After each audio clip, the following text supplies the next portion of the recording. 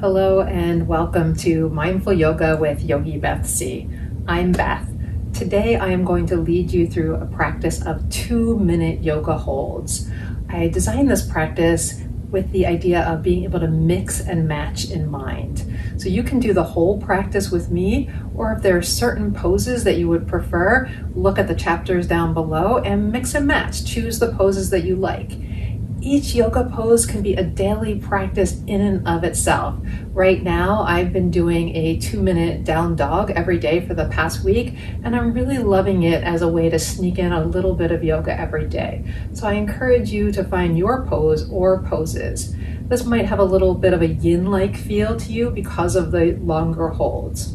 So we'll do 2 minutes of most poses. A few poses that are paired or each side will do 1 minute each. And that's what we're going to start with. We'll be on the floor. You do want to have a mat. We'll start with a 1-minute hold of cat pose and then a 1-minute hold of cow pose. And you'll see me moving my little clock around the mat as we get going. So let's find our tabletop position to prepare for cat and cow. So find your hands under your shoulders, your knees firm. You could have extra cushioning under your knees if you like. And to move into cat pose, we're going to begin to round our tailbone, tuck the chin toward the chest, and get the big rounding of the upper back. And then we'll continue to breathe as we hold here for 1 minute. So you're actively pushing your hands down into the mat, getting some lift of your body, the front of your torso away. Your abdominals are pulling backward. You might focus even a little more on the lift of the lower back. For most of us, the upper back can round a little bit more easily than the low back. So maybe think about lifting your sacrum. Remember to breathe, so we're never holding our breath in these poses. We're breathing in and out the whole time.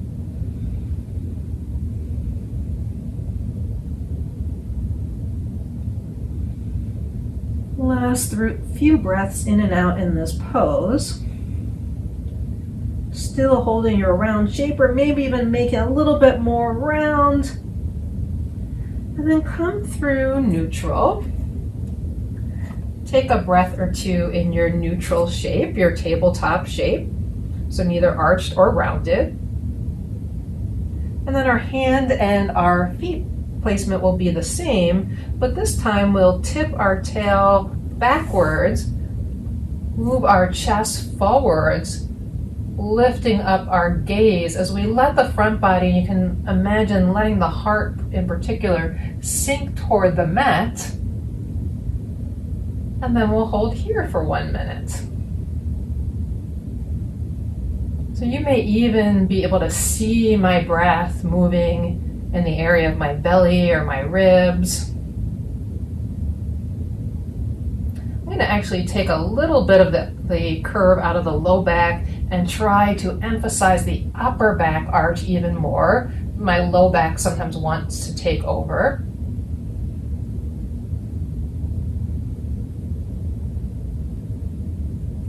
You may find this get intense. The intensity might build over the course of the poses that we hold. And of course, with any pose, if you decide you'd like to come out sooner, you are welcome to do that. This is your practice. If you're staying with me, we just have a couple more breaths here. And then as you're ready, we'll start to return to that neutral shape. And you may even want to sit up on your heels or upright knees. So we might take a few seconds, a few breaths in between the poses for a little bit of a rebound, a little bit of a respite.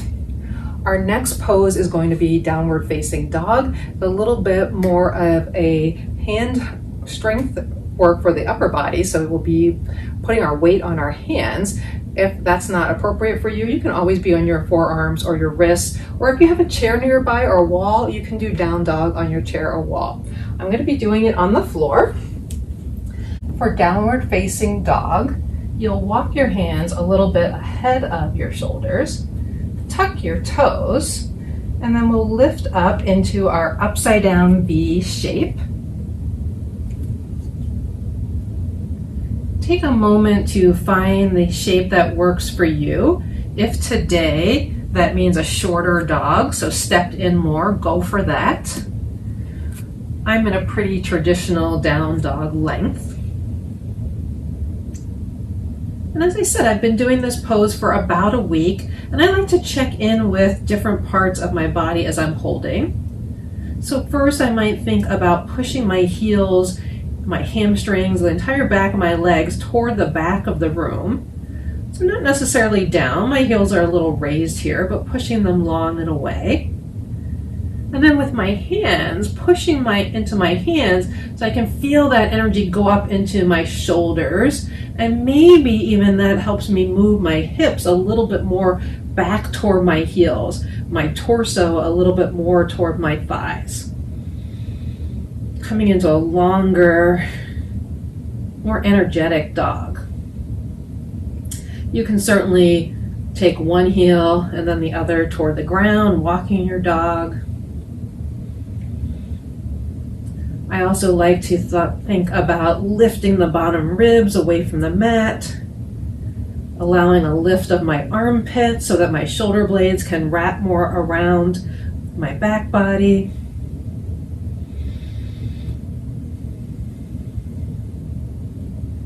You're probably noticing there's a lot of strength work in this one pose.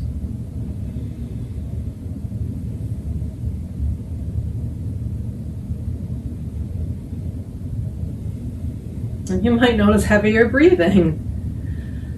You just have a few more breaths here.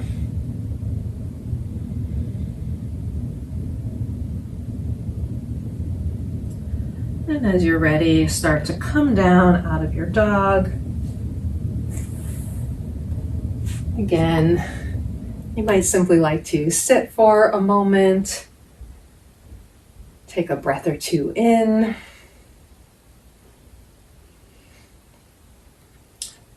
Come to standing, and we're going to do a pose that's known in both Hatha Yoga and Yin Yoga. In Hatha Yoga, it's called forward fold or standing forward fold. In Yin, it's called dangling, and you have your choice of how exactly you want to do it. I'm going to set up for it, and I might vary between versions.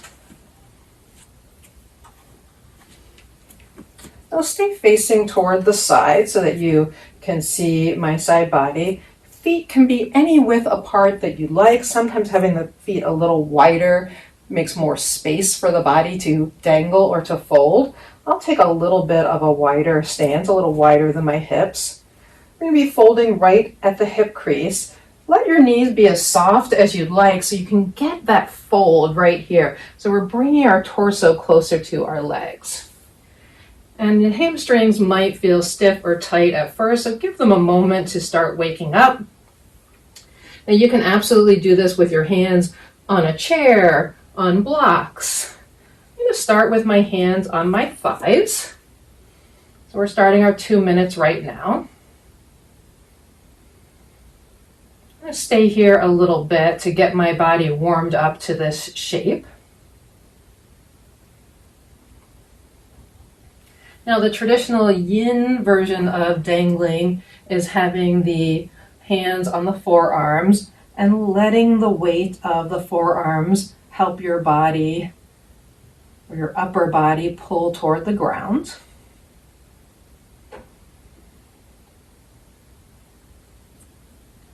And then just like we did in downward dog, you might pedal one leg and then the other, straightening and bending. Now I personally prefer my forward fold with my hands on something for more support, either blocks or the floor. So today I'm going to use my mat.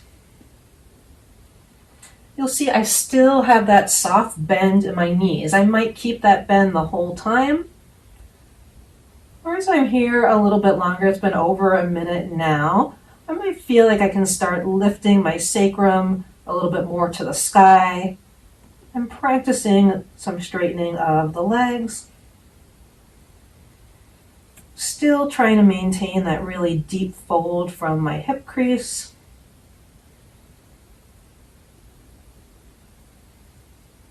You may well audibly hear my breath.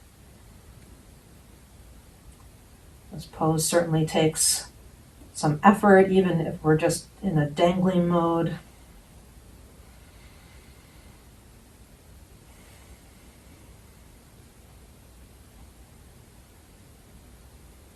Okay, last breath or two in this shape.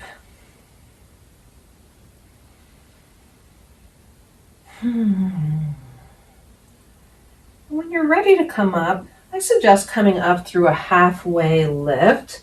So giving your body a chance to form that upside down L shape, or you might be higher than an L, that's fine. Breathe here for a moment or two, and then root your feet into your mat to stand all the way up tall. All right. Our next pose is another standing pose. We're going to do chair pose. So chair pose can be any height chair that you wish. No need to sit really low and do a low squat in your chair. I'll start showing it from the front and then I'll show it from the side. Just like we did in our forward fold, you can have any width to your feet. So if you have your feet super close together, that makes like a trunk, and you might feel a little less balanced in your chair pose. You can try that if it works for you. I prefer a nice sturdy base, so I like taking my feet a little bit wider. They're roughly parallel. I also like taking my arms out for a little counterbalance. And you can see I already started to soften my knees. All right, here we go. We're gonna come down and find our chair. So you send your bottom back. Unlike our forward fold, we're not bending the torso forward, although there is a crease at your hips. This time it's maybe more like 90-degree angle. It's not quite as deep. We're sending our hips back, keeping our chest shining forward. So we're not rounding the back. Sometimes people like to have a little tuck of the tailbone or a little bit of arch of the lower back. That's up to you, whatever version of chair is more comfortable. And I say more comfortable, not comfortable. Chair is not the most comfortable pose. It's called awkward chair for a reason. And you can take not only any position of the feet, but you can move your hands around. They can be at heart center. You can have them on your hips. Sometimes people like a little shoulder stretch of doing a scarecrow or goalpost arms. We have another minute. I'll try to stay crouched. I don't want to cheat. I'll try to stay crouched as I turn to the side, just to give you a little sense of what my side chair looks like. Now, I really tend to arch my back a lot, so sometimes I like to tuck my tail a little bit just to remind me not to allow such a big arch to come into my low back. If you have the opposite problem, you tend to round the lower back, then having more of an arch might feel better for you. I completely admit I'm ready to get out of this pose. We don't have that much longer, I promise.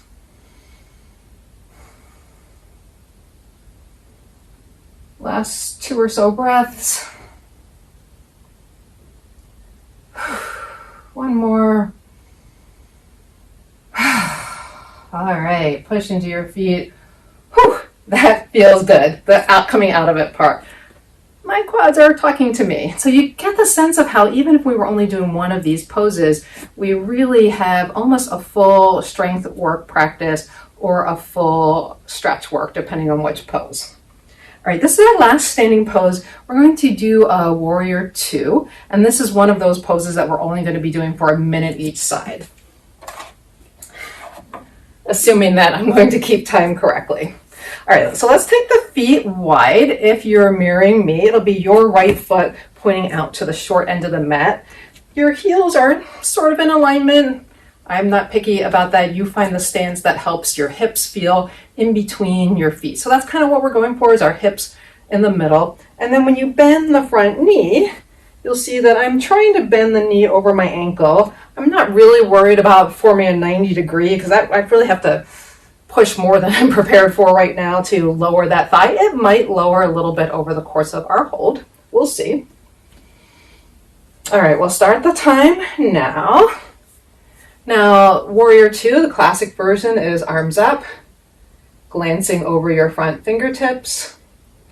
Hopefully my shoulders are staying over my hips and sort of centered between both feet, so I'm not reaching out to this front arm or reaching back as we might do in a peaceful warrior. I'm really trying to stay centered and balanced.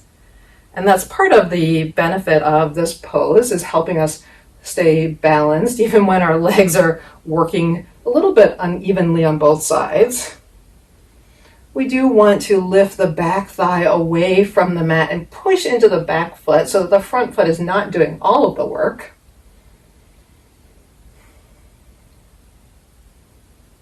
All right, a few more seconds here.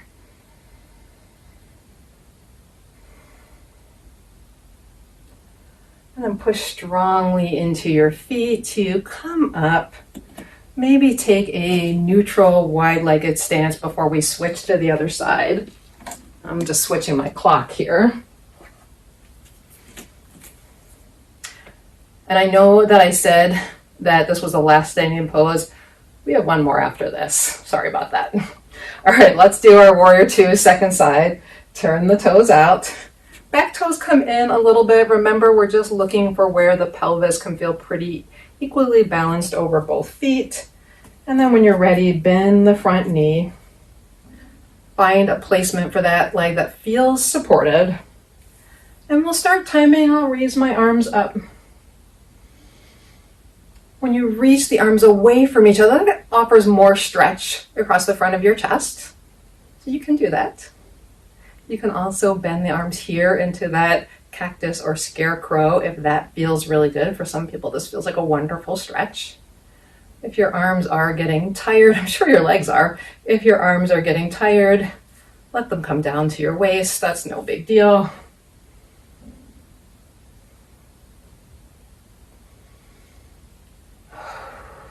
Remember that your strong breaths will help you with the strength of the pose, will help to nourish you.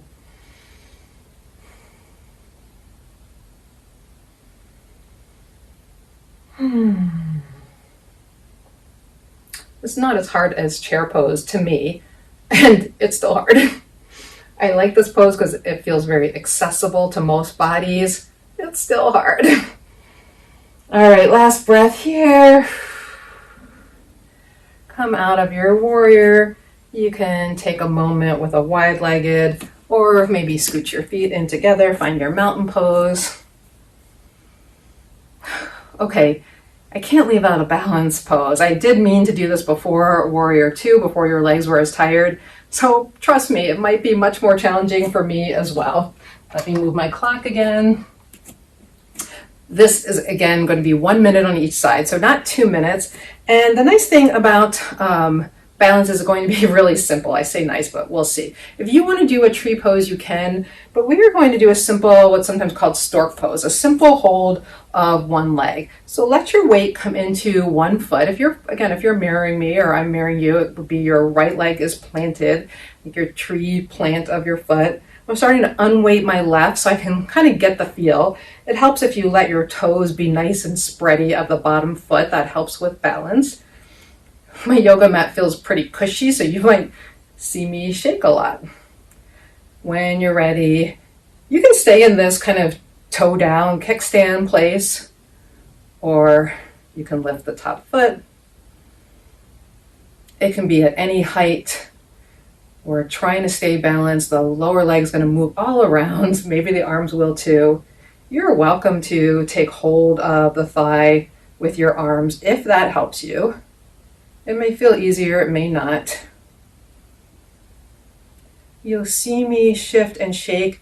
That is not wrong. That is completely okay. That shows that my bottom leg is really efforting to try to help me stay balanced here. And I might not. I might wind up touching down, and that is also perfectly okay. I'm going for 1 minute. Find that the more my mind goes to it, the more I start to get thrown off. You just have 5 more seconds or so. And then let's sit down. Ooh, this time I'm feeling it in my calf of my bottom leg. You might feel it all over your legs. And yeah, this is probably going to be a little bit more lower body than upper body work. All right, let's get ready for the second leg. Remember, it's my right leg is probably your left if you were mirroring me. Find the rootedness of your bottom leg and take a moment to come on the ball of your opposite foot just to test out your balance for a moment. And then whenever you're ready, start to float. There might be a little touchdown. Float that foot off the ground. If you are on carpet or a cushy mat, sometimes stepping off your mat onto, say, a hardwood or a tile floor when you're doing balance poses can actually be really helpful. And you'll see I'm not, almost lost it there, I'm not looking as much up in the camera. Balance is most benefited by having a gaze that's somewhere 3 to 6 feet or so ahead of you on the ground, a place that is not moving.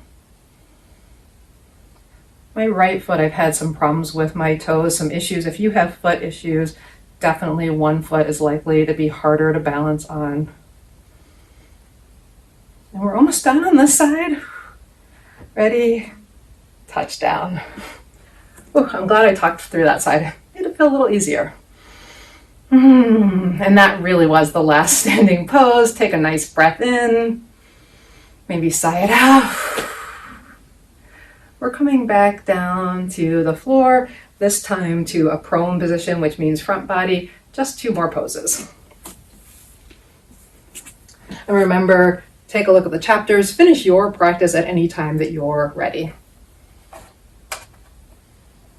All right, so we're going to do a back bend, and you're going to have a choice of doing a Sphinx, which is supported on the forearms, or seal pose, which is similar but pressing into the hands with the hands a little bit angled wide. That's a more classic yin pose. So I'll start by showing Sphinx, and then I'll move to seal. Maybe I'll hold them each for a minute since we are going back to doing 2 minutes. All right, for our Sphinx pose, you're coming onto the forearms. Find a position of the legs that helps your lower back feel comfortable and spacious. So I like mine a little wider than hip width apart. You might like yours closer. Elbows are a little bit forward from the shoulder or at the placement where you can press into your forearms, lift the top of your chest away from the mat and forward. So almost as if you're pulling your chest forward, and we are timing now. So having that sense of pulling your chest forward, engaging the muscles of your upper back. If at any point your low back feels tweaky in any way, you do want to come down a little lower. You can take your arms down, let your lower ribs come closer to the ground, or you can move your forearms further away, moving your elbows out from the shoulders a little more.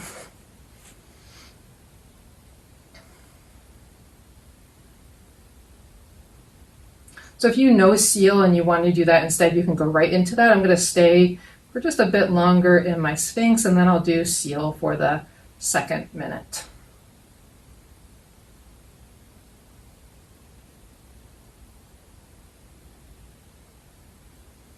So for seal pose, the hands are about in the same place, like maybe a little wider, a little more turned out. You're pushing into the hands to lift the elbows off the ground, and you're still pulling your chest forward as if you're trying to pull your chest between the arms.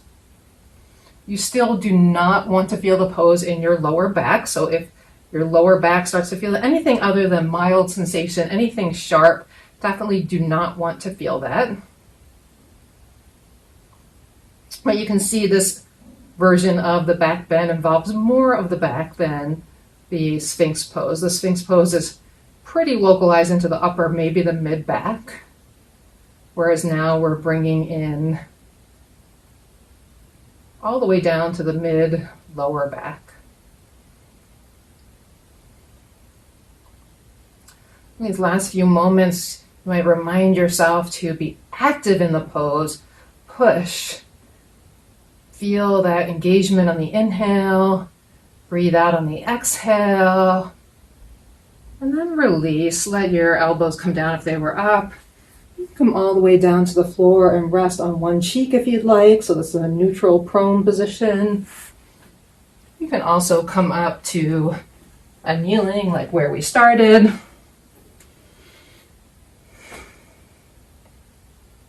All right, last pose is going to be child's pose. Child's pose is another pose that makes a wonderful practice in and of itself. It's great as a single pose to practice before bed.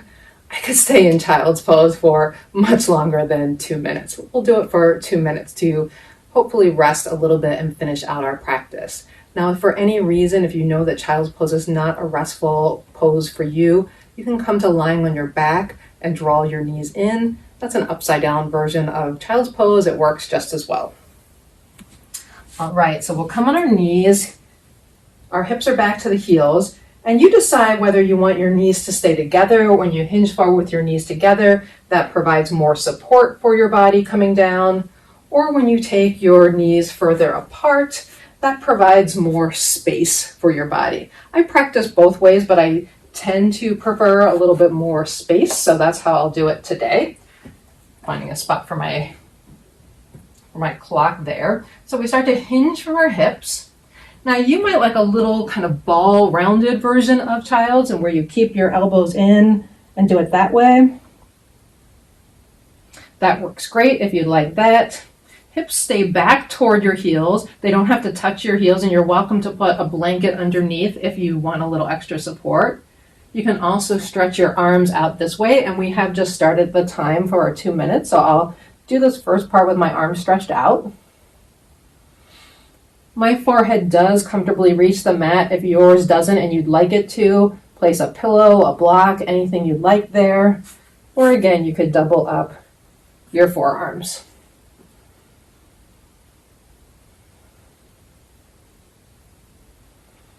Breathe into the release of this pose.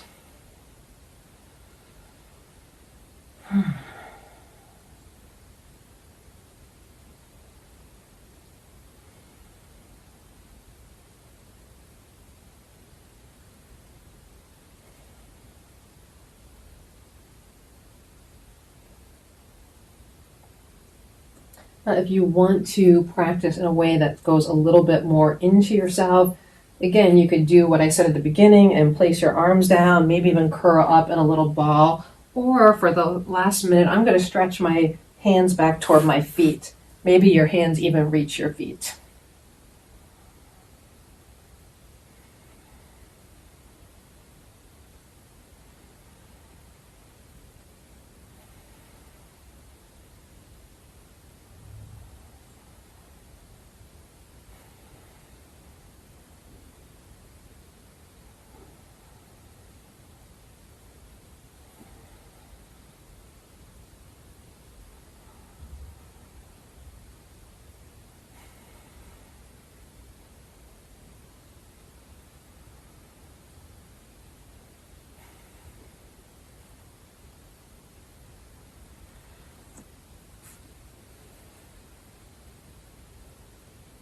About 3 more breaths.